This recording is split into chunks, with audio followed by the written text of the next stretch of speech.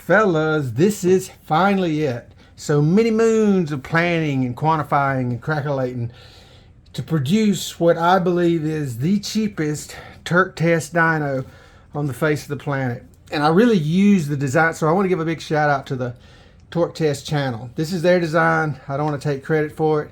I just greatly reduced the complexity of it.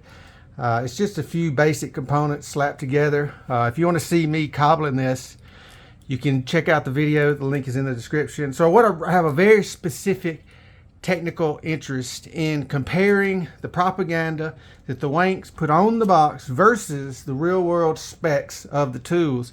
So if you use it, are you going to get as much jam out of this tool as they say you will on the box? So I'm not sure if my dyno is perfectly calibrated. I did use a torque wrench from the Horrible Freight, but I think it should be fairly accurate. And when you check out the numbers, you can see that some of them's way off, some of them's pretty close, and I'm sure that a lot of that really boils down to this little hoopty dyno that I've created. Some tools are just better at putting a stink down on it than other ones. But we're going to run through each of the videos, and we're going to checkmate and see which one do best, which one do not so best. Right out of the gate, we have the Dewalt Atomic, the red-headed stepchild of the Dewalt lineup. They claim a staggering 141 foot-pounds, but as you're about to see, it doesn't get anywhere near that. It peters out at a measly 69. And then next up, we have the Ryobi ONE+. This is the brushed tool. They claim 150 foot-pounds, and it taps out at 88. Next up, we have the Ryobi ONE+. This is the brushed variant of the same tool. And this one, they claim an absolute monstrous 2,200 foot-inches, which is 183 foot-pounds. But all this thing's got is 101. So next up, we have the Makita from the land of the rising sun. They claim an absolute unbelievable 129. That's not really unbelievable, but as you can see, it's scooting along. It takes forever for this tool to put down the chooch, and then it squeaks by at 79. So spoiler alert, that's all she's got. Next up, we have the Dewalt Max. This is the brushed variant.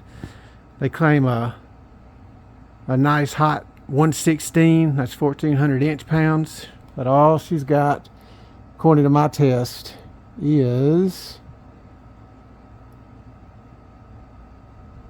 120. Okay, next up we have the Milwaukee Base model brushless, and this thing is a complete animal. So they claim 1,600 inch-pounds, which is 133 foot-pounds, but as you can see, this absolute monster hits 164, the craziest of every, well, okay, and then the next one we have is the Milwaukee Surge. They claim a very reasonable 450 inch-pounds, which is 37 foot-pounds. It takes forever for this to stink it out too, and then it maxes out at 55. So more than actually rated. Next up we have the Dewalt XR. This is the big boy of the Dewalt lineup. They claim 152 foot-pounds, but as you can see, all I got out of her was 93. Yep, that's all she had. Next up, we have the Milwaukee Fuel. So this is the big boy of the Fuel lineup. They claim 166 foot-pounds, and it tapped out at 150. Next up, we have, this is the biggest and baddest of all of them. This is the Makita. And as I was testing this one, you can see I kept having problems, and I couldn't get it in the right mode. I thought I had it in the right mode, and I switched it to the next mode. And evidently there's only one mode that does anything, and that's the big screw mode with number 4 speed. As you can see, here we go. She's finally starting to chooch. Nope, still not. It had that intermittent ridiculous thing going on, like anti-lock brakes for tools, but as soon as she starts whacking away at it, starts climbing fast. So they said 166, no, they said 162, and I got 165 out of it. So almost dead on. what they said it was. Very impressive. And then the last one is, this is one of the old Ryobiums, and it tapped out at, they said it had 162. Now let's take a gander at the spreadsheet, and as we can see, the Makita 40 volt, obviously that came out on top, but it didn't come out on top by much. It did a little bit better. It tested 165 versus 162. Then we have the Milwaukee Base model, which blew out a staggering 164, almost matched the 40 volt Makita. It also did better than claimed.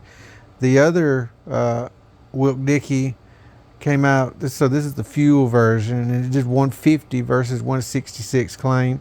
And then the D-Willie did better than claimed at 120 versus 116. And then as you can see, it's all straight downhill from there. The only other tool that actually met the claim was the Wilk-Dickey Surge, and it did much better. If you're interested, you can go to our website, review.wfskills.com, and you can see all the reviews. You can also leave your own review. You know, go to this and then ease up on the little review deal, and then that's your review. So that's it. I hope you enjoyed the video. Till next time.